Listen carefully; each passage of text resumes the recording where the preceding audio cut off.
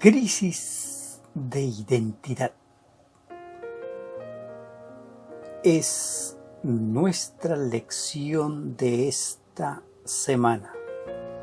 Con esta lección estamos iniciando un nuevo trimestre de estudios de la palabra de Dios de forma sistemática. Nuestra lección del trimestre, Isaías, consolaos, pueblo mío. Hemos de estudiar temas relacionados con el libro de Isaías. En esta semana, el versículo que hemos de memorizar día a día y que nos ha de acompañar está en el capítulo 1 de Isaías, versículo 18. Venid luego, dice Jehová, y estemos a cuenta. Si vuestros pecados fueren como la grana, como la nieve serán emblanquecidos. Si fueren rojos como el carmesí, vendrán a ser como blanca lana. Esta es la invitación que nos extiende Dios para que vayamos a Él y estemos a cuentas. Perdidos en la tierra del olvido, si vas por Irlanda, por un camino rural, angosto, bordeado de setos, quizás encuentres el camino bloqueado por una vacada que vuelve a casa después de una comida crujiente. Incluso si no hay un pastor con ellas, irán al cobertizo de su dueño, sabrán a dónde ir y a quién pertenecen.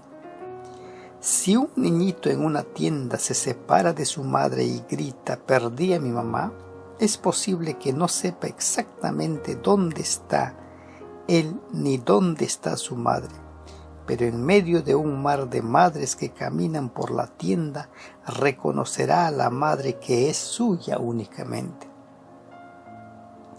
Lamentablemente, a diferencia de esas vacas irlandesas o de el niño perdido, el pueblo de Judá olvidó que pertenecía al Señor, su Padre Celestial, y por lo tanto perdió su verdadera identidad como pueblo del pacto. Dice Dios en el versículo 2 y 3, crié hijos y los engrandecí, y ellos se rebelaron contra mí. El buey conoce a su dueño, y el asno el pesebre de su señor. Israel no entiende, mi pueblo no tiene conocimiento. Esta semana veremos la obra de Dios con el fin de restaurar a su pueblo para sí. Isaías, hijo de Amós y perteneciente al linaje real, fue llamado al oficio profético siendo joven. Hacia fines del reinado de Usías, aproximadamente entre los años 790 a 739 a.C., durante la corregencia de Jotam, aproximadamente entre el 750 al 739 a.C. El ministerio de Isaías continuó por lo menos durante 60 años y abarcó los reinados de Usías, Jotam, Acaz y Ezequías. El libro de Isaías comienza con una declaración de crisis de identidad en el pueblo de Dios, un llamado al cambio y un ofrecimiento de perdón por parte de Dios. Mientras leamos los capítulos o los versículos de Isaías, mientras estudiemos estos próximos 13 temas que se nos avecinan, consideremos nuestra condición, nuestra relación con Dios. No nos detengamos, no nos explayemos en que Israel era el problema era de Israel. Si tan solo nos centramos en ellos, de nada nos aprovechará este nuevo estudio de la lección de escuela sabática. Una crisis de identidad. Isaías capítulo 1, versículo 3. Dice, el buey conoce a su dueño y el asno el pesebre de su señor. Israel no entiende. Mi pueblo no tiene conocimiento. Segunda de Reyes, el capítulo 15 al 20 y Segunda de Crónicas, el capítulo 26 al 32, contienen el periodo histórico en el cual se desarrolló el ministerio de Isaías. A finales del reinado de Uzías, Dios hace una proclamación poniendo a los cielos y a la tierra por testigos, versículos 2 al 4. Israel había olvidado quién era su Señor, había perdido su identidad, olvidó quién era. Como consecuencia de falta de comunión con Dios, estaban sufriendo graves pérdidas, versículos 5 al 8. Pero todavía quedaba un remanente fiel. Como suele ocurrir, siempre hay un remanente fiel. El versículo 3, como ya hemos leído, dice que el buey conoce a su dueño, y el asno el pesebre de su señor. Y la pregunta es, yo entiendo, tengo conocimiento de Dios. Israel lo había perdido, pero ¿qué conmigo? ¿Qué conmigo? ¿Qué implica la crisis de identidad? La crisis de identidad espiritual implica dejar al Señor, ¿no? Enojar, airar al Santo, involucrarnos en medio de depravaciones. Todo esto trae la maldad y pecado. Esto implica no entender al Señor, involucrarnos en maldades, en pecados. ¿Qué hacía este pueblo? No tenían conocimiento. Se rebelaron contra Dios. ¿Qué les pasaba? Dice que todo el cuerpo estaba lleno de heridas, ¿no? El país estaba destruido. Pero ¿qué hacía Dios? Dios siempre invitando, Dios siempre llamando y siempre preservando un remanente, dejando a Sión en pie. Siempre Dios dejó un remanente. Como consecuencia de sus pecados, Israel fue envuelto en llamas, fue saqueado por los enemigos, fue llevado a cautiverio. Todo esto trae como consecuencia el rebelarse contra Dios. Rebelarse contra Dios es no entender a Dios. No entendemos que de Él mana la vida, que Él sustenta nuestra vida. Tenemos que entender, esa es nuestra relación con Dios. Nuestra relación con Dios es una relación de dependencia, porque Él es la fuente de nuestra vida. Negarlo es simplemente condenarnos a morir. Isaías capítulo 1 versículo 13. No me traigas más vana ofrenda, el incienso me es abominación. Novilunios y sábados, el convocar asamblea, no los puedo sufrir. Son iniquidad vuestras fiestas solemnes. ¿Cómo podía ser pecado algo que Dios había ordenado? Dios había pedido que se le ofrezcan los sacrificios, pero ahora dice, no lo quiero, es abominación. Si todo lo que ofrecemos pierde su significado espiritual, si de por medio no hay entrega, si de por medio no hay consagración, nada de lo que hacemos tiene valor. Por eso dice Jesús, aquel gran día, muchos le dirán, Señor, en tu nombre hicimos milagros, en tu nombre hicimos esto, pero nosotros en tu nombre. Y Él les dirá, no les conozco. Y es esto lo que estaba sucediendo con el pueblo de Israel. mientras ofrecían sacrificios dando una apariencia de piedad y oraban levantando las manos a Dios, esas manos estaban llenas de sangre. Dice el versículo 16 del capítulo 1. Estaban llenas de sangre por la violencia y la injusticia contra los débiles. Demasiado abuso, demasiada injusticia social. Sus rituales no estaban acompañados de arrepentimiento, estaban vacíos. Dios los consideraba pecado. ¿Cuáles son los rituales que ofrecemos? ¿Qué programas hacemos? ¿En qué actividades estamos involucrados?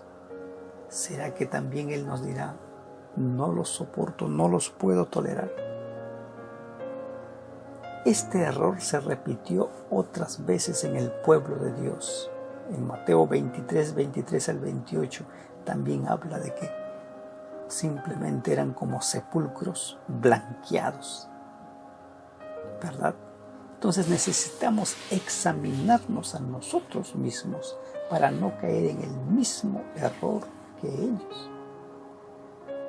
El significado del estudio de la Biblia, el significado del estudio de la lección está en que esas enseñanzas lo apliquemos a nosotros, que las preguntas vayan en primera persona, no en segunda persona. Isaías 1:18, un ofrecimiento de perdón. Venid luego, dice Jehová, y estemos a cuenta. Si vuestros pecados fueren como la grana, como la nieve serán emblanquecidos. Si fueren rojos como el carmesí, vendrán a ser como blanca lana.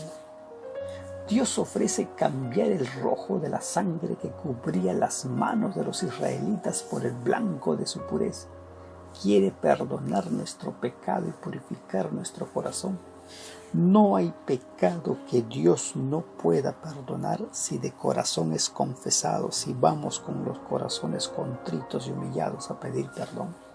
No hay. No hay aquello de que si me arrepiento Dios no me va a perdonar o ya no. Para mí ya no hay perdón. Sí hay perdón.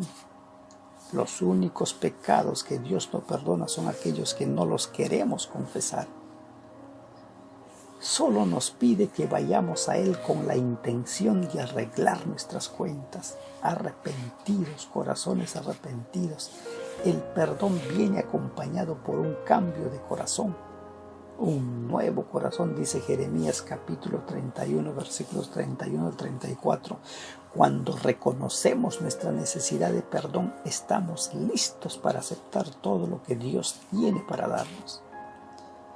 El pecado imperdonable, la blasfemia contra el Espíritu Santo, consiste simplemente en que ya no reconocemos ninguna necesidad de perdón. Ya no necesitamos, sentimos que ya no necesitamos de Dios. Pero todo aquel que reconoce su necesidad de perdón puede ir a Él. Y Él dice, si tus pecados fueren como la grana, vendrán a ser emblanquecidos como la blanca lana. Una oportunidad para decidir. Versículo 19 del capítulo 1. Si quisiereis y oyereis, comeréis el bien de la tierra. En ti está la decisión. Si quieres, si tú quisieras. En el versículo 19 dice, comeréis del bien. Si quisiereis y obedecéis. O sea, el querer ir a Dios es estar dispuesto a obedecer. Versículo 20 dice, en todo caso, si no quieres, seréis consumidos. Si no obedeces, vas a ser consumido. Dios propone la solución. La decisión está en mí. La decisión está en ti. Él nos da la solución.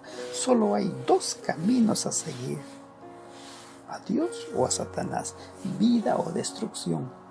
Isaías 1 muestra un ofrecimiento de pacto similar a otros pactos realizados con anterioridad y comunes en aquel tiempo. ¿En qué nos dice Isaías? Hay un relato de lo que Dios ha hecho, ¿no? ¿Cómo es que Dios ha actuado en favor de su pueblo. El pacto tiene condiciones, lo mismo que está ahora. Tiene condiciones. Las condiciones están en sus leyes. ¿No? Hay referencia a testigos. Y dentro de ello hay bendiciones y maldiciones. Si obedecemos, las bendiciones. Si no obedecemos, las maldiciones.